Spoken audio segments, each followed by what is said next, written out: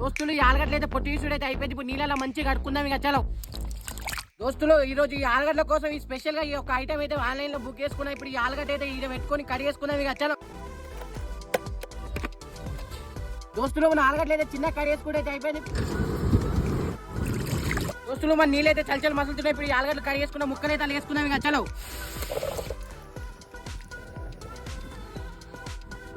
దోస్తులు మన ఆలుగడ్డలు అయితే పక్క పెట్టుకుంటే అయిపోయింది. మంచిగా ఆరినాయి. ఇప్పుడు ఈ నూనె పోసుకొని మన నూనె మంచిగా మసలు పెట్టుకుందాం ఇక చలో.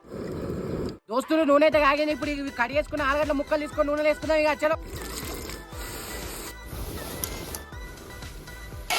కొద్దిగంత సన్నటి తెల్లుప్పు అయితే పోసుకుందాం ఇక చలో. పొట్టు కారం పోసుకుందాం చలో దోస్తులు. ఇప్పుడైతే వీటి మంచిగా మిక్స్ చేసుకుందాం ఇక చలో. దోస్తులు ఇవైతే వేసినా కానీ వీటి పేరేంటిదో నాకు తెలియదు. ఇప్పుడు తిని టేస్ట్ ఎట్లుందో చూసి చెప్తా. దోస్తులు ఇవి వేరంటే వేరే వాళ్ళు ఉన్నాయి. నేనైతే ఇవి ఒకప్పుడు రెస్టారెంట్లో అయితే తిన్నా.